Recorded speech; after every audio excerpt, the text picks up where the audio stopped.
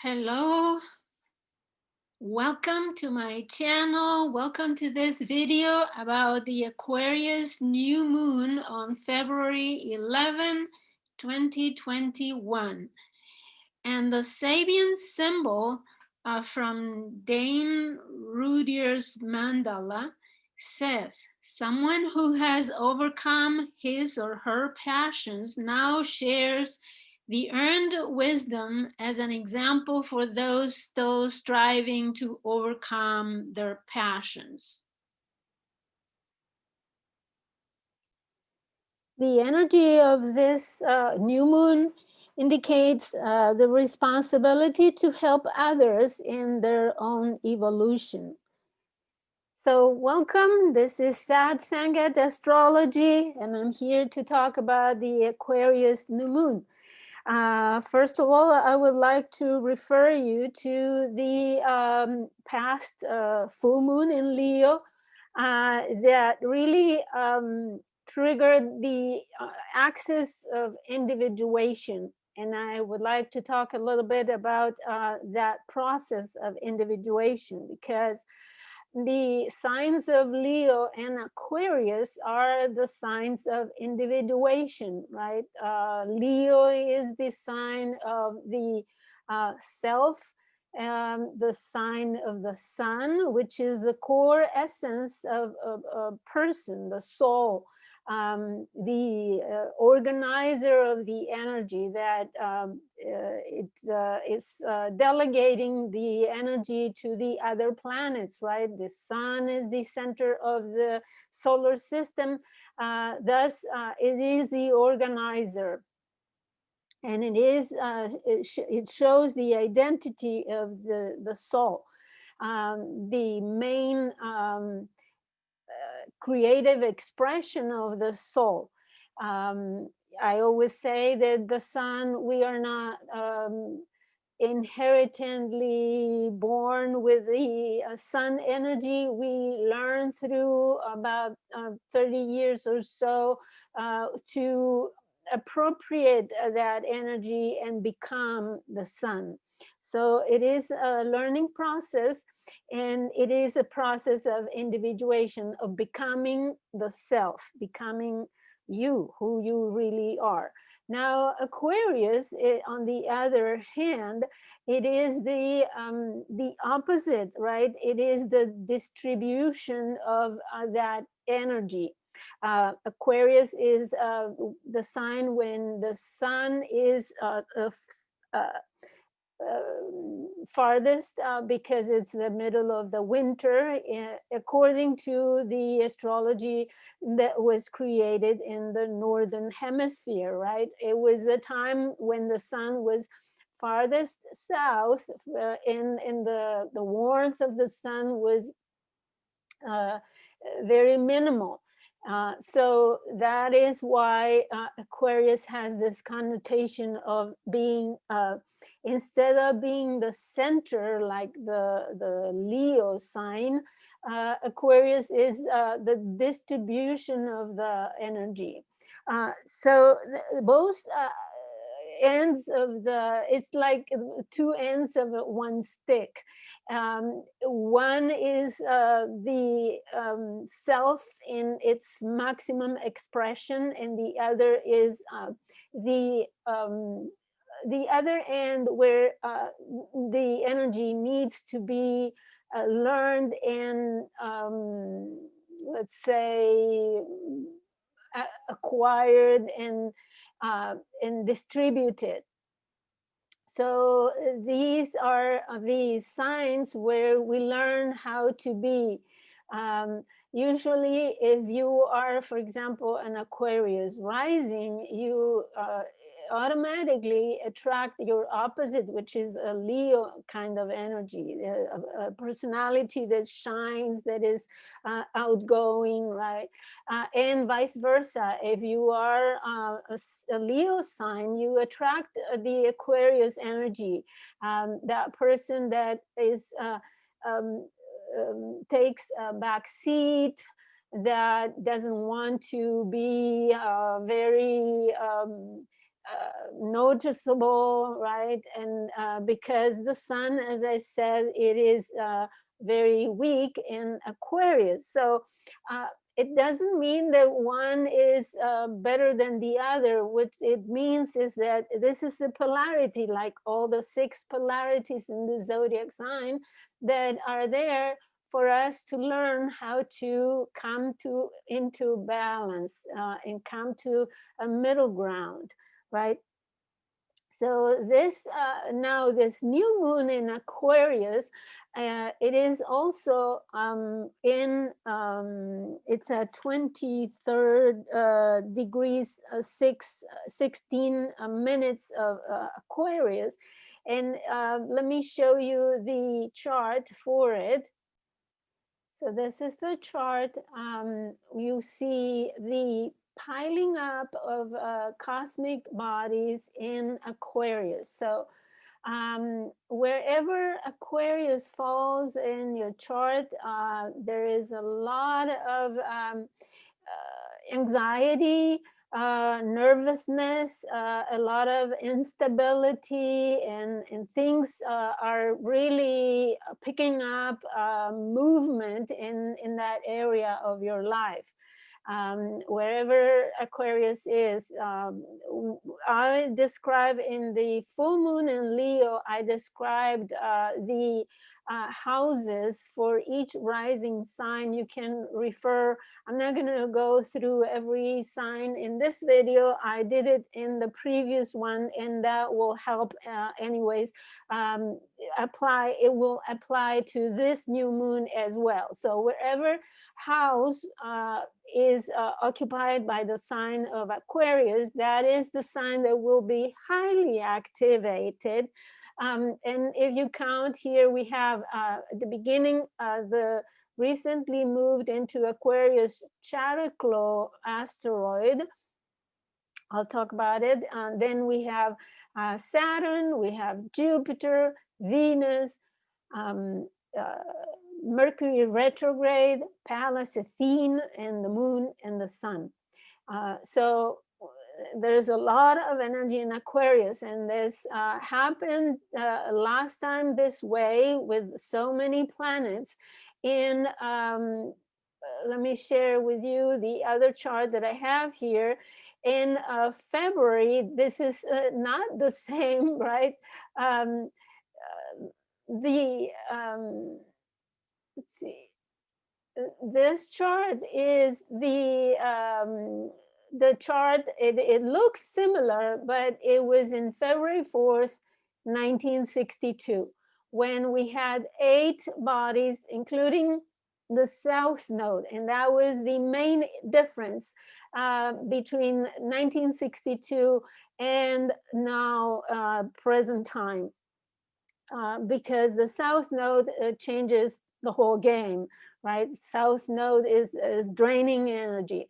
And if you were alive in 1962, maybe what happened in 1962 in your personal life will be revived in some way, or in some terms, let's say, with in the month of February now, because the zodiac has memory, right? And your soul, because it's your soul, and your soul keeps those memories. And this new moon in Aquarius in February 2021 may bring out and about energy that was born in 1962. Events that happened then may be repeated in some different way now in 2021. So before, and you can also refer to events in the mundane astrology. I read that there was an epidemic as well. Don't remember if it was cholera or flu or some other epidemic that happened at that time in 1962. So it might be related. Let's now talk about the beginning of the month. Before I go into the new moon chart, I would like to bring you some of the aspects that happened from the beginning and until the 11th of February. You see here that the moon and the sun are in kind of a loose square with the Mars. The thing is that it's already past the square, right? The sun has made the perfect square on January 31st. And this is an aspect that brings aggressiveness and impulsiveness. And also it is very competitive. And sometimes the behavior is driven by anger. And so at the end of the month, you may have felt this impulse and difficulty in relationships because the aggressiveness and also those uncontrolled desires, and it the mundane level, I would say that the actions related to the economy or financial actions were squaring or at odds with the identity, with the core self and the creative expression of people. And in a governmental environment, it could have been also aggression against authorities, for example. Now, the moon made the same square on the same day, early on the same day of the new moon. So this is also an emotional, let's say, upheaval, right? This is aggression that affects us emotionally and affects our psyche, our feelings, and also it could be violence against families, for example, and also work, a lot of work at home, for example, that is disturbing the home life or the family life.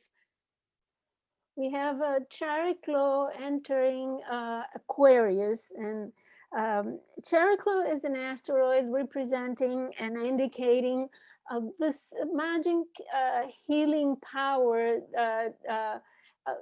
healing presence that you can enjoy, right, by staying in your essence, in your soul. And having Chariklo in Aquarius talks about energy healing, right? And healing through the waves, any kind of electromagnetic waves. So the presence of Chariklo here at 1 degree, it's manifested in all these energies being used in order to heal society. Aquarius is a very social sign. So the planets that had more activity at this time of the month, from the beginning of February until 11 of the month, are Venus and Mercury. So Venus enters Aquarius on February 1st, and immediately after, on February 5th, conjuncts Saturn, and then sextiles Chiron on the same day, on the 5th. So the Venus is here bringing value, or bringing value especially to social connections, and enhancing the everything that is information and friendship and networking, right? So Venus is the planet of harmony and social connections. Is the planet that values everything that touches. So conjuncting Saturn makes it for a very solid, solid relationships, right?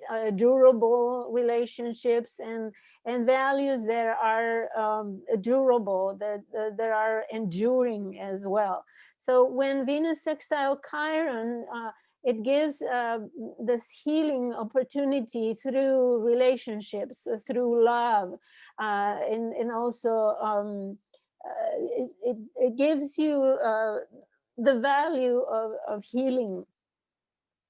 Then it squares Uranus on the 6th, and this is kind of a cold energy that is, it gives an instability to relationships and social situations. So we can also receive financial surprises, problems with interruptions in the flow of money, for example.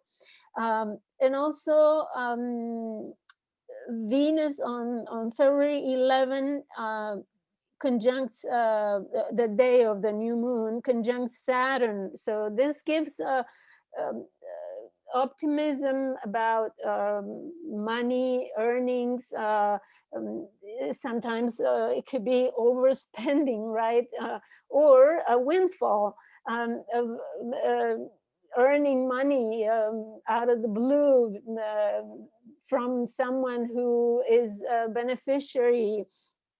So Venus conjunct Jupiter is very generous. It is very favorable. But at the same time, it could be overspending and giving too much. So on the 7th of February, Mercury is conjunct the Sun, is retrograde and is conjunct the Sun, and that is the inferior conjunction when Mercury becomes morning star, right? It will after that it will rise before the Sun in the morning. And that makes when Mercury is cazimi or conjunct the Sun, it gives mental clarity, and you may realize your stubborn assumptions, right? Because it's Aquarius after all. And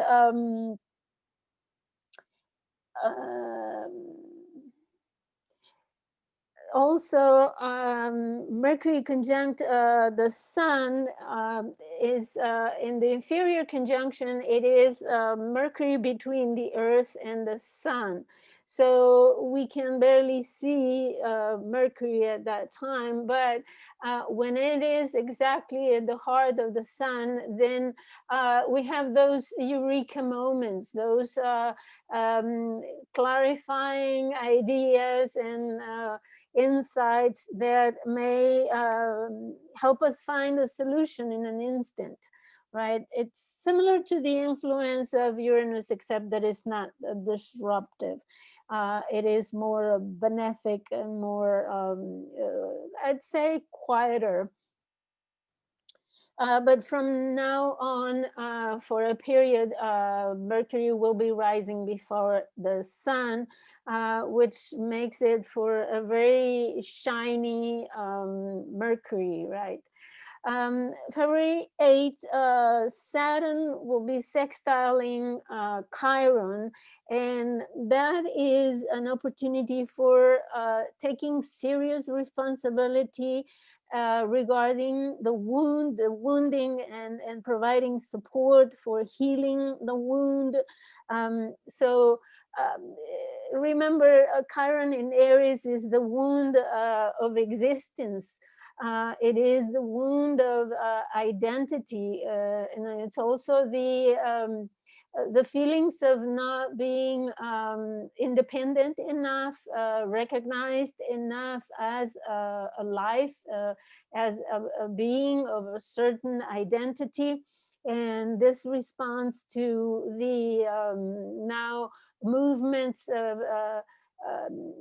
groups that are asking for social recognition, like Black people, immigrants, brown people, immigrants, or people from different nationalities, and disabled people, uh, different gender identities, and such. So this is an opportunity for to take social responsibility and serious responsibility about it.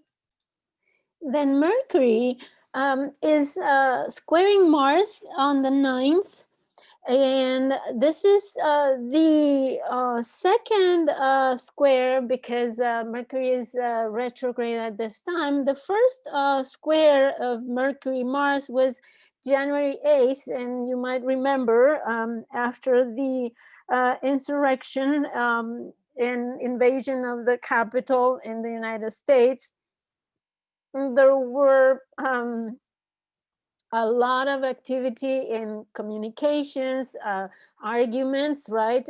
Because Mercury square Mars is verbal confrontations. It's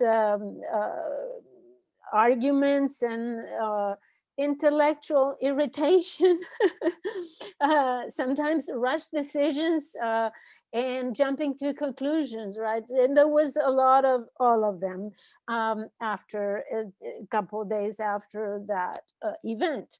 The next square between Mercury and Mars will be when Mercury is direct again, and it will happen on March 23rd. So next Mercury conjunction is on the 12th day after the moon, this new moon.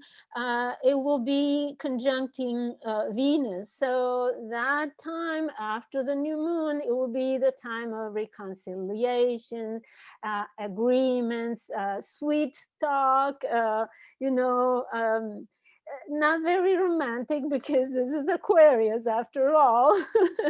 It is very mental, and it is objective and abstract conversations, right? It's not emotional at all, but it's agreeable and harmonious. So we can expect that information will get smooth, and internet will be working fine, hopefully.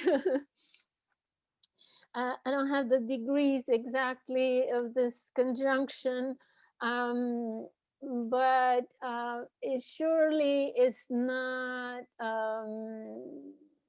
square anything. So hopefully. Okay, so let's talk about the new moon in Aquarius. As I said, Aquarius is the sign of objectivity, of abstract thinking, of communications and ideologies, and it's the sign of social matters, social issues as well. It is the sign of the collective consciousness, after all. So this is a new moon at the mundane level, well, where we can see new social issues coming up, a start of a new period about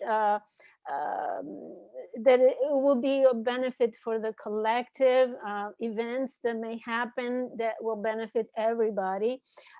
Also, it may be discoveries like scientific discoveries and technological implementations, and things that will make the social life better. And also, it may represent eureka moments. So maybe it is already related to the clash between the old social political system, right, which is Saturn there, and the new approach to resources and finances, having the ruler of Aquarius, Uranus, in Taurus, the sign of resources and finances and banking system, etc. So this new moon may start a new cycle of social consciousness where the freedom of some people don't hamper the freedom of others, right? There is a claim now for freedom and independence in society, but there needs to be consciousness about the responsibility, because some people may decide to take some actions that are hampering the freedom of other people. So see, this is the freedom issue. It's not really complete and absolute freedom. It has the limits, because where my freedom ends, where your freedom starts. So, and also the social consciousness about the fact that my actions affect everybody, right? It's like a domino effect, or when you throw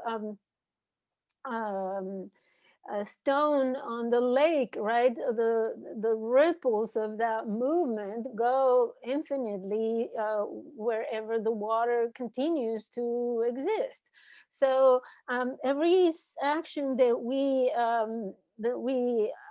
do in society will inevitably affect everybody, and at some degree.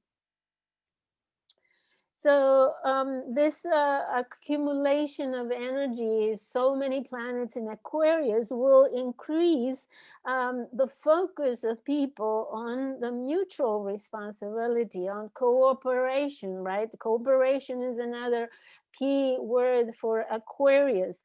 And the conjunction of Mercury with the Sun that happened a few days before may have been a moment of realizing dogmatic convictions, about social matters, and also realizing the absence of the basic morality in society, and that we need to correct that. So I think that the new moon will be an opportunity for integration of the giving and receiving in social dynamics.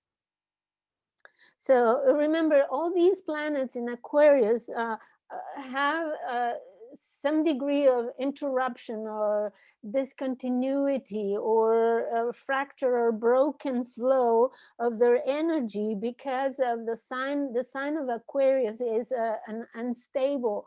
It's here now and there later, it is there is no consistency in the sign of Aquarius, and the flow is often broken. So all these planets may suffer this fracture of the flow of their energies. So, for example, Mercury talks about the social connectivity, because Mercury is the sign of intellect, of thinking and conceptualization and perception of the environment. So it may make in Aquarius for lots of conversation, lots of exchange of ideas, and lots of internet activity.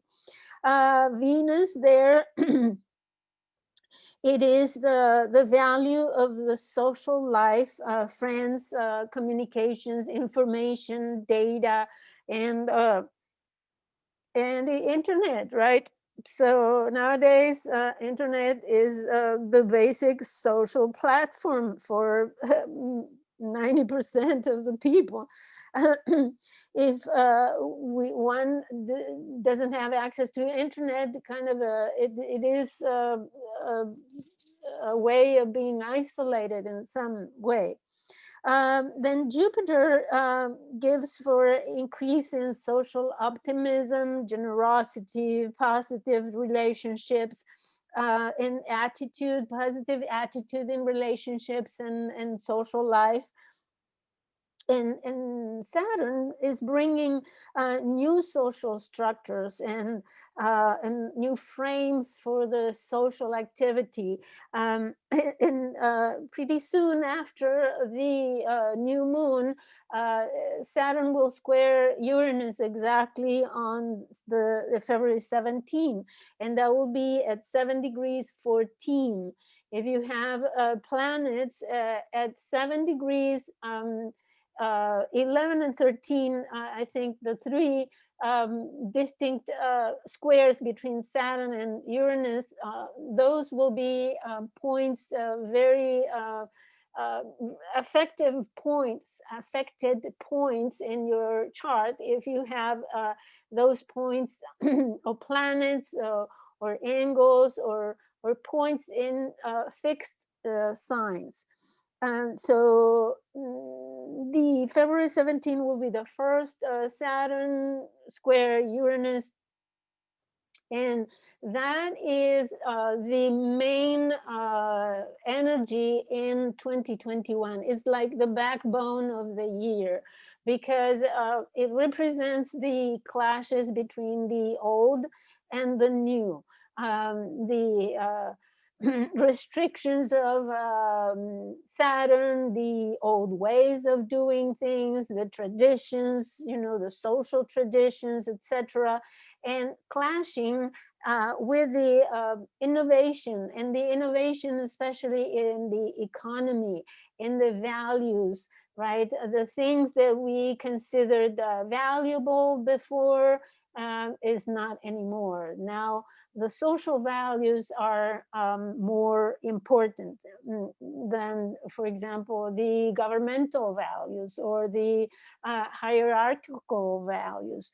So, and Uranus is also bringing breakthroughs in the financial system, the resources, the food distribution, everything that is material.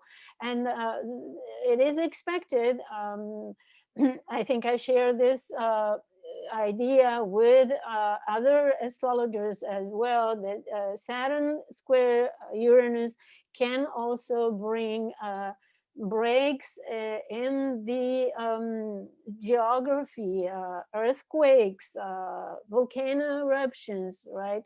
And but I think that it will be more the area that will be more affected is society, right? It will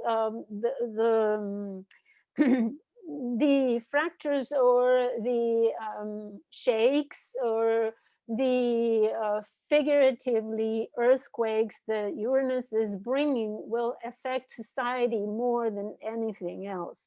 Even if there is a natural catastrophe, that will reflect on the society and the social norms, the social values, the structure. So that is, I think that square, Saturn Uranus square, is the main theme of the whole year.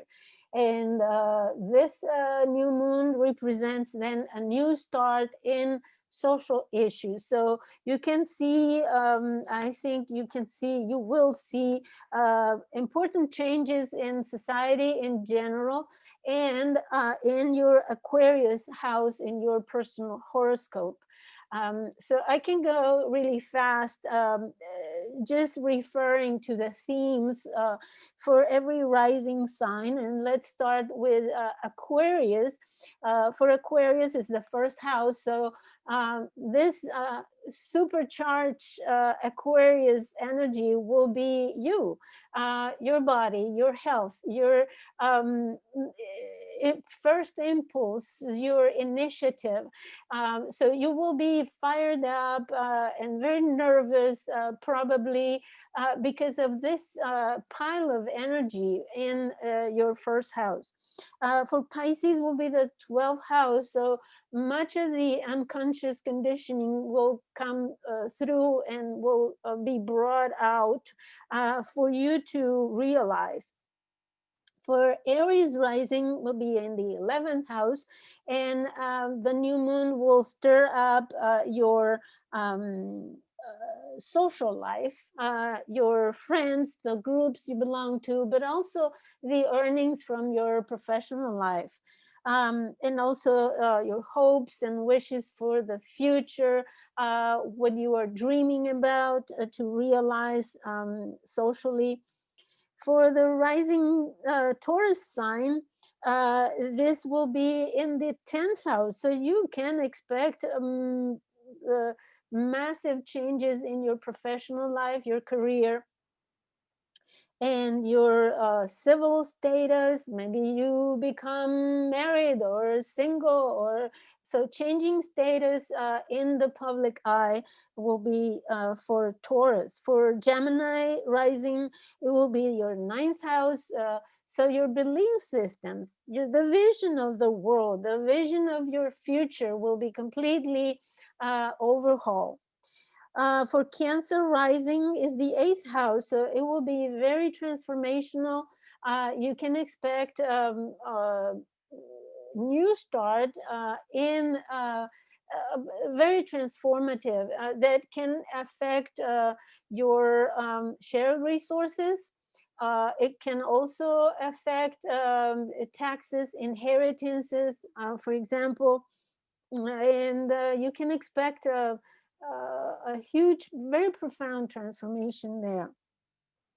For Leo rising, this falls in your 7th house. So there is something going on with other people, maybe partners, business partners, spouse, and the way you relate to other people.